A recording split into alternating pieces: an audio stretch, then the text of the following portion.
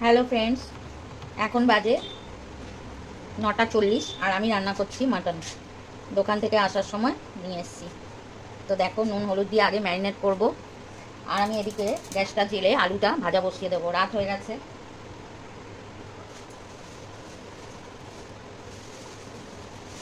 নুন হলুদ আর আদা রসুন আর লঙ্কা পেস্ট করে নিয়েছি, মাখিয়ে নিলাম।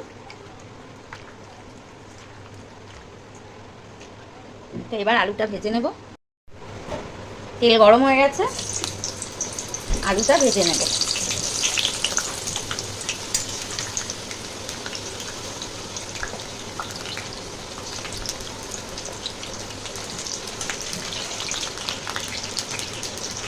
তো দেখো, আলুটা ভাজা হয়ে গেছে, আমি তুলে নেব।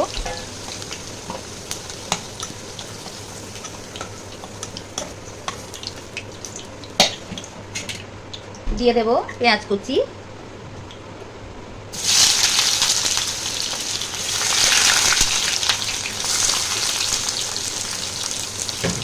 আর দেবো একটু তেজপাতা।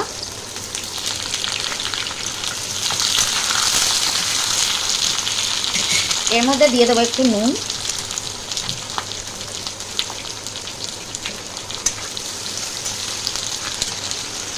তো দেখো, পেঁয়াজটা অনেকটা ভাজা হয়েছে, একটু টমেটো দিয়ে দেবো। টমেটোটাও একটু নেড়ে নেব পেঁয়াজের সাথে। এবার দিয়ে দেবো এই মাংসটা।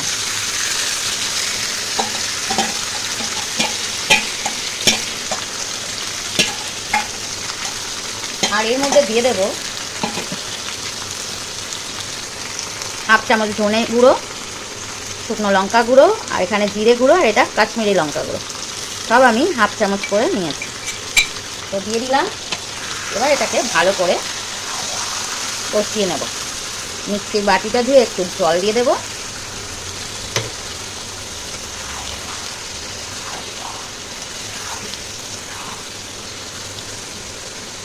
গ্যাসটা কম করে আর একটু ঢাকা দিয়ে দেবো।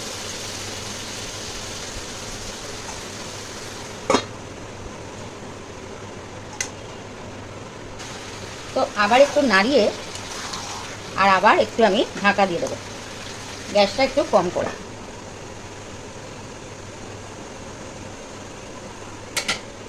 তো একটু আধ ঘন্টা ম্যারিনেট করে রাখলে ভালো হয়, কিন্তু আজকে একদম টাইম নেই। এত রাতে আমি কখনো রান্না করি না, তো আজকে ইচ্ছা হলো।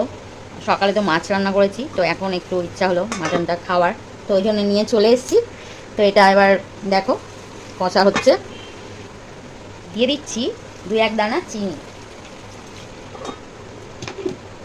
তো দেখো, আবার একটু নাড়িয়ে দেবো। আর যতক্ষণ এটা কষা হচ্ছে, আমি ওদিকে একটু গরম জল বসিয়ে দেবো। তো এই দেখো, মাংস কষা হয়ে এসছে, তেল ছেড়ে গেছে, মানে মাংস কষা হয়ে গেছে। একটু দেখে নেব কাঁচা গন্ধ আছে কিনা মশলা। তেজপাতাটা না একটু বড় হয়ে গেছে, এটা আগে ফেলে দিচ্ছি। তো এই দেখো, মাংস কষা হয়ে গেছে, আর এদিকে আমার জলও ফুটে গেছে। তো আমি নিয়েছি একটা প্রেসার কুকার। প্রেসার কুকারটা বসিয়ে দেব, আলুগুলো দিয়ে দেব, আর দিয়ে দেবো অল্প জল। তো এবার আমি মাংসটা প্রেসার কুকারে দিয়ে দেবো।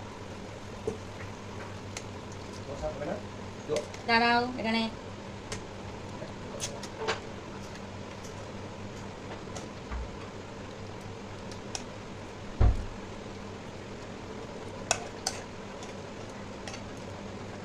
তো এই দেখো দিয়ে দিচ্ছি জল, ফোটানো জল, এটা আমি দিলাম।